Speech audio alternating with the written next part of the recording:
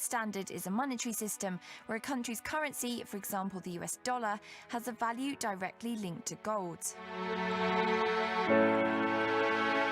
Between 1871 and 1914, the gold standard was the dominant money system in the world, and governments worked pretty well together to keep it ticking along. Under this system, countries agreed to exchange their currencies for a fixed amount of gold, and then set a fixed price at which their gold could be bought and sold. So, for example, if the United States fixed the price of its gold at $20 an ounce, then the US dollar would be worth 1/20th of an ounce of gold, and could therefore be exchanged for 1/20th of an ounce of gold. This meant that a country couldn't have more currency in circulation than it's held in gold supplies, because otherwise that currency couldn't be exchanged for the agreed fixed amount of gold. The US, for example, couldn't just print more dollar bills to pay for things because there wouldn't be the gold supplies to back it up, and those bills would effectively have no value.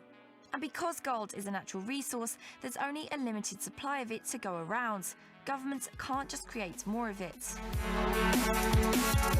Of course, some countries strike lucky from time to time and find a large supply of it in their grounds, for example the California gold discovery of 1848. But such finds are uncommon and can also cause a shock to money systems by instantly increasing a country's money supply, which in turn raises price levels and causes instability. But going back to the idea that most countries couldn't just instantly and drastically increase their gold supplies, because countries often get into debt and have lots of spending commitments, this restriction didn't suit many of them. And when faced with the costly wars of the 20th century, developed nations did away with the gold standard and opted for a money system known as Fiat instead.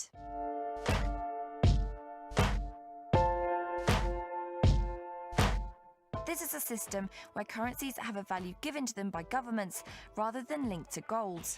Governments give these currencies value by making it law that they must be accepted as forms of payment, and by making it a requirement that taxes must be paid with these currencies. Today, national currencies like the US dollar, euro and British pounds are all fiat currencies.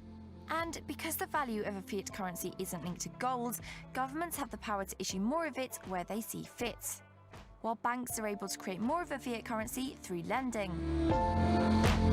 Under the fiat system, there's no limit to how much money can be created, and this has led to the global money supply increasing dramatically.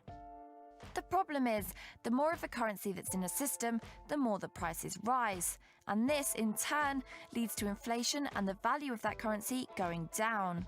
Over the past 100 years, the purchasing power of the US dollar, for example, has fallen by 98%. That means that what $1 US can buy you today is a lot less than what it could buy you in 1914.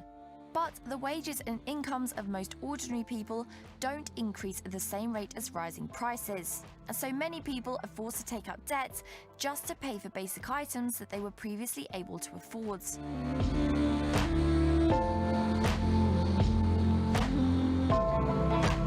Governments are facing a similar problem, except that their debt is on a whole other level. US national debt currently stands at more than $17.5 trillion and is going up literally by the second. Don't believe us? Try taking a look at this.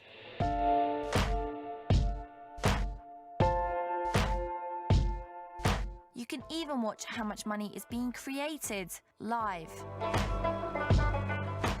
So, to sum up, as more money enters the system, the more the prices rise, and the more debt that people and governments are forced to take on. In recent years, the idea of a return to the gold standard has been gaining popularity in Western countries. Advocates of this idea, including three-time US presidential candidate Ron Paul, believe it could help to stabilize the world's monetary systems and contain rampant inflation and debt.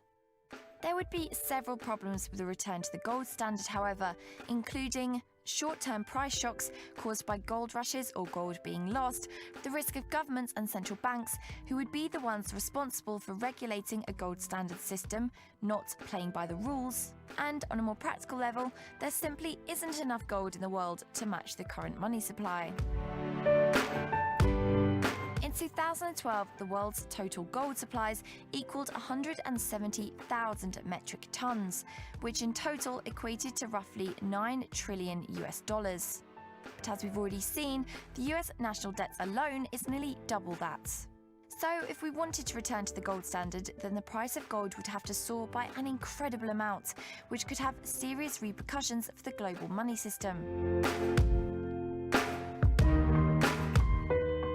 Others, however, are suggesting that the cryptocurrency Bitcoin could be the answer, with many asking if it's the new gold standard.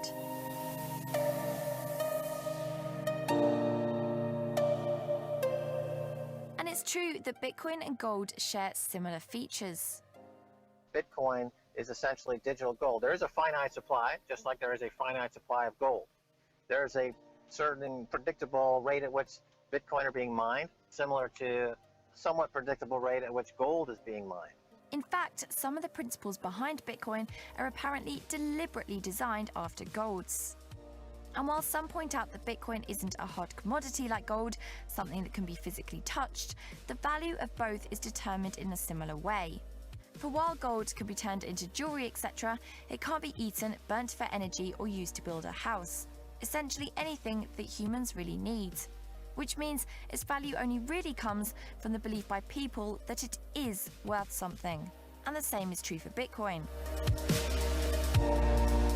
However, for the moment at least, it's hard to imagine a national money system entirely based on Bitcoin, let alone an international one.